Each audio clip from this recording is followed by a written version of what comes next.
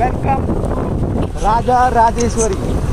हे एक असा देवीचा मंदिर आहे जी मान्यता सगळ्या लोकांना पावते आणि ही केळीच्या पानामध्ये ते बांधली जाते आणि मग इथे आपण देणार आहोत।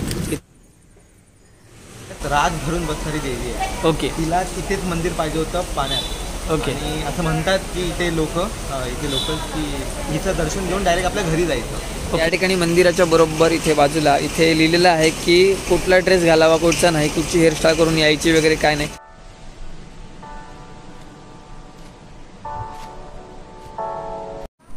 तर नमस्कार मित्रांनो, मी हर्षद चव्हाण सर स्वागत करतो माझ्या चॅनलवर हर्षद चव्हाणच्या नावाने आहे। आज मी तुमच्यासाठी पुन्हा एकदा एक नवीन व्हिडिओ घेऊन आलो। तर आज दिनांक 3/6/2024 रोजी आज आहे आपला मँगलोरमधला तिसरा दिवस आणि आज आपण मँगलोरमध्ये फिरणार आहोत। म्हणजे प्रेक्षणीय स्थळे म्हणजेच आपले देवस्थान आपण फिरणार आहोत मँगलोरमधली सुप्रसिद्ध।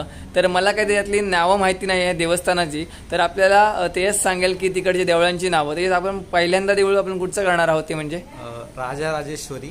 ओके, त्याच्यानंतर आपण कटीलला जाणार आहोत, दुर्ग परमेश्वरी जी आहे। आणि त्याच्यानंतर आपण एक नागाचं मंदिर आहे, वाटेत भेटतो तिथे जाणार। त्याच्यानंतर आपण मँगलोर सिटीमध्ये 2 मंदिर आहेत, ते म्हणजे कुद्रोळी आणि कात्री। ओके, अशा तऱ्हेने आपण 5 मंदिरं जी आहेत मँगलोरमधली फेमस आहेत तर ती आपण पाहणार आहोत। तर चला आता जास्त वेळ न करता आपल्याला तर खूप लांब जायचं आहे, तर तिकडेच जाऊ, मंदिरामध्ये जाऊ आणि दर्शन घेऊ आणि आपल्या आजच्या व्हिडिओला सुरुवात करूया। चला, तर या ठिकाणी आता आपण गाडी चालवत आहोत आणि गाडीने आपण प्रवास करतोय आणि बरोबर 48 मिनिटं लागणार आहेत आणि 30 किलोमीटरचा प्रवास आहे। श्री राजराजेश्वरी मंदिर आहे, तर तिकडे आपल्याला जायचं आहे। तर बरोबर रूट आहे हा आणि ह्या रूटने मॅपने आपण जाणार आहोत स्ट्रेट इकडे। आणि चला आता आपण प्रवास करूया।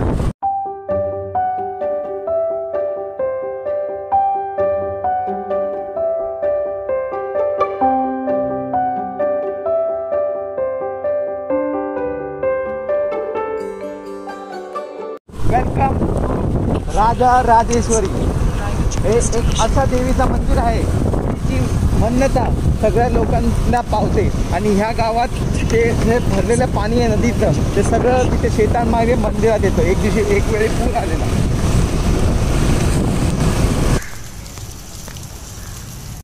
तर मंडळी आता आपण पोचलोय राजराजेश्वरी मंदिरामध्ये आणि तेजस आपल्याला एक गोष्ट सांगणार आहे की प्रत्येक मंदिरामध्ये जाताना इकडे काय करावं लागतं। ते म्हणजे शुद्ध होण्याकरिता ते पाणी आपल्या चरणांवरती आणि हातात घेऊन असं शिंपडायचं असतं, ताकी म्हणजे तुम्ही शुद्ध झालात। म्हणजे आपल्याकडनं म्हणजे आपण बाहेरून येतो तर कुठली घाण आतमध्ये नाही यायला पाहिजे गर्भगृहात, म्हणून इथे सगळ्या मंदिरामध्ये तुम्हाला पाण्याची सोय हातपाय धुवायला भेटणार।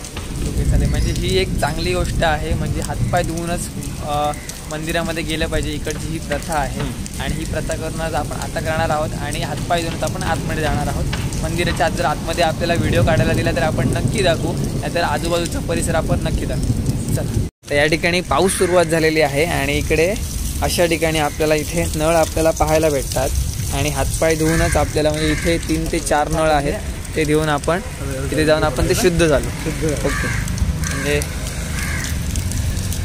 तर या ठिकाणी देवीला इथे मोगरा दिला जातो आणि ही म्हणजे वेणी असते ना रे ही।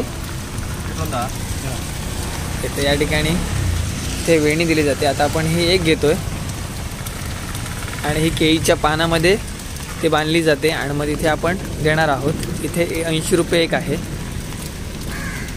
तर या ठिकाणी आता आपण आतमध्ये पोहोचलोय आणि आतमध्ये आपल्याला हा भला मोठा इथे दीपस्तंभ पाहायला भेटतोय। हा बघा, इथे आता पाऊस चालू झालेला आहे मँगलोरमध्ये। आपला तिसरा दिवस आहे आणि तिसऱ्या दिवशीच आपल्याला इथे पावसाचं आगमन झालंय आणि ह्या मंदिरामध्ये हा तेजस काय आहे? हा आपण दीपस्तंभच आहे। ओके, हा पण दीपस्तंभ आहे। इकडे पण स्टार्टिंगला दीपस्तंभ आहे आणि खूप सुंदर असं मंदिर आहे या ठिकाणी। आणि ह्या दीपस्तंभाच्या साईडला इथे हा दगड इथे वापरलेला आहे आणि इथे देवी देवतांचे इथे मूर्त्या इथे आहेत। हे बघा या ठिकाणी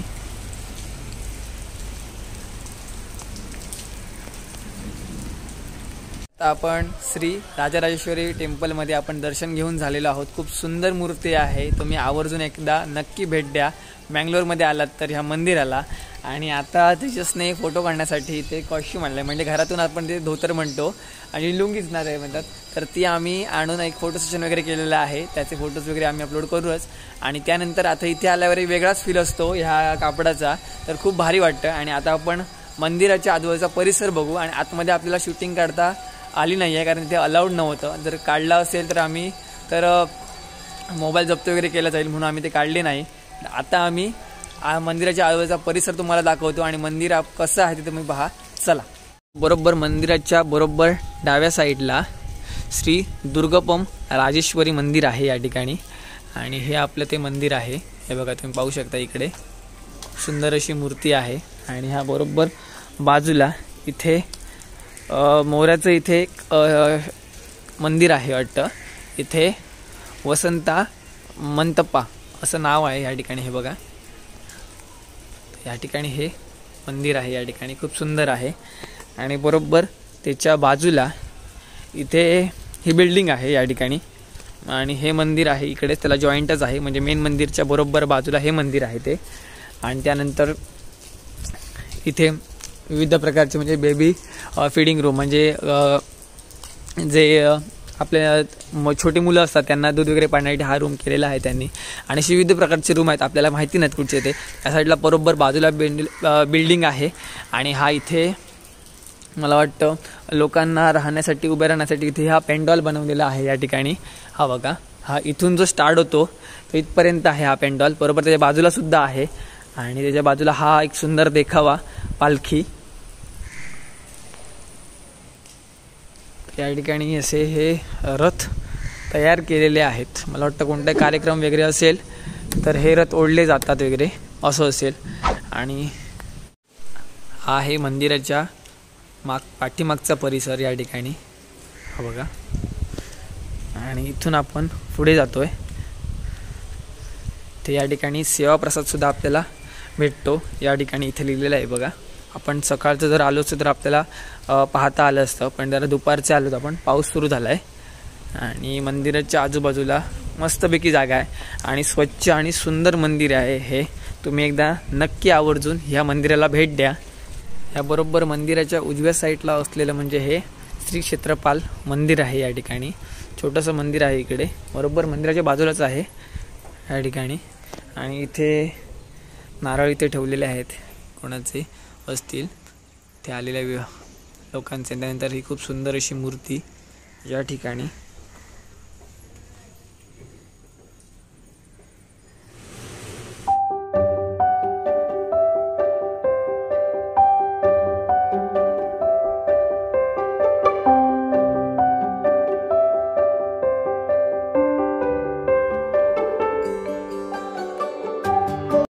तर नमस्कार मंडळी, आता राजराजेश्वरी मंदिरामधून प्रवास करत म्हणजे बरोबर 22 किलोमीटरचं अंतर पार करत आपण पोहोचलो आहोत ते म्हणजे श्री दुर्गापरमेश्वरी कटील या गावामध्ये.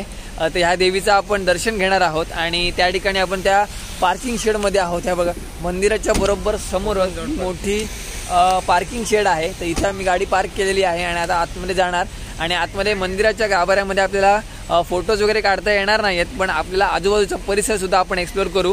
आणि चला तर आता जास्त वेळ न करता आपण जाऊया मंदिरामध्ये, दर्शन घेऊ आणि आजूबाजूचा परिसर पाहू. या ठिकाणी श्री दुर्गा परमेश्वरी टेम्पल कटील, इथे कमान आहे आणि इथून गेटमधून आतमध्ये जायचं आहे. आणि ह्या ठिकाणी हा जो रस्ता आहे हा इथे येतो डायरेक्ट आणि कटील गावामध्ये जातो. आणि आपल्याला जायचं आहे ते म्हणजे ह्या रोडवरून आतमध्ये.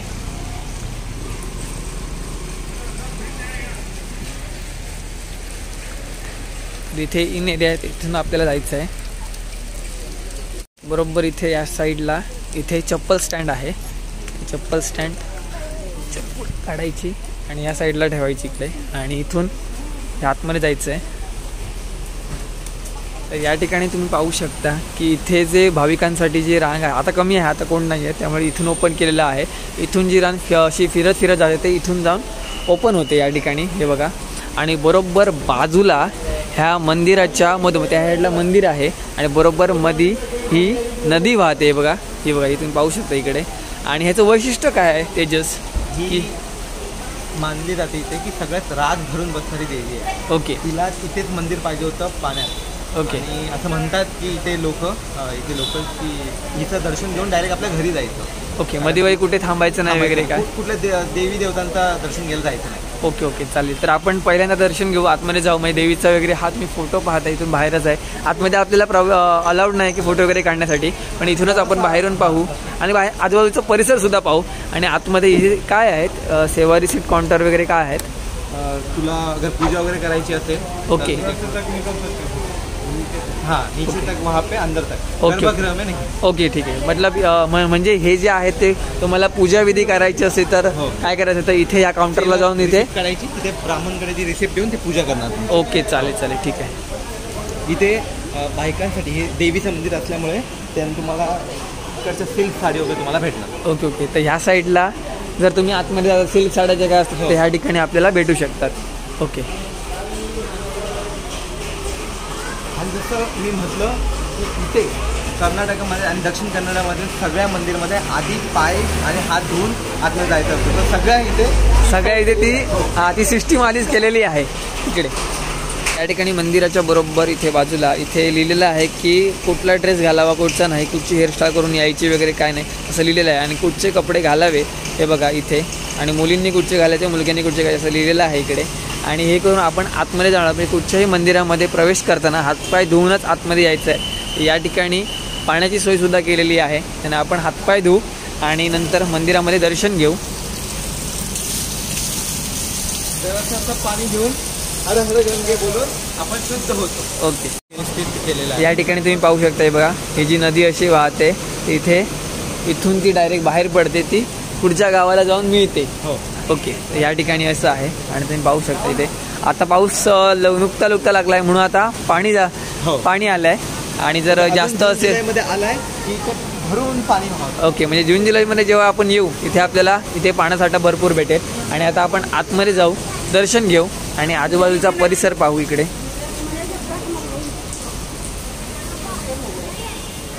अशी मस्त आणि प्रशस्त अशी इथे जागा केलेली आहे, तुम्ही पाहू शकता इकडे मंदिराच्या बाजूला.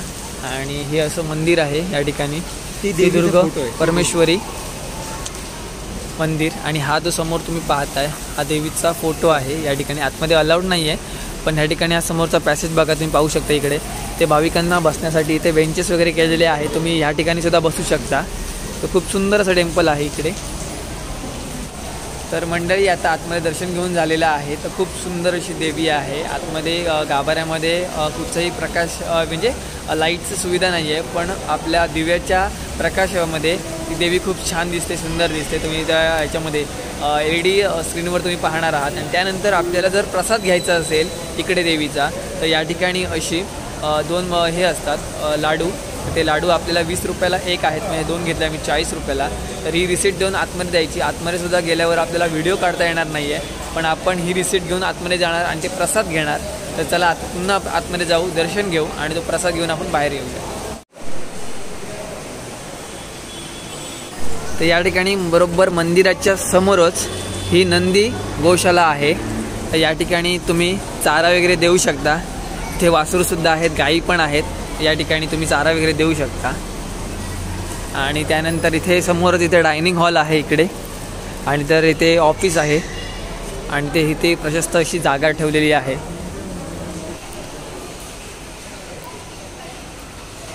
ह्या मंदिराच्या बरोबर बाजूला असे कठड्यावर इथे नागोबाचे मूर्ती आहेत इकडे. या ठिकाणी इथे आहेत, पाहू शकता. ते जो गेट आहे त्यापर्यंत आहे. आणि इथे हा पाण्याचा जो साठा आहे तिकडे असे बॅरिकेड्स लावलेले आहेत. आणि इथे पाय धुवून आपण ह्या पायऱ्यांवरून वरती येऊन आपण मंदिरामध्ये जाऊ शकतो.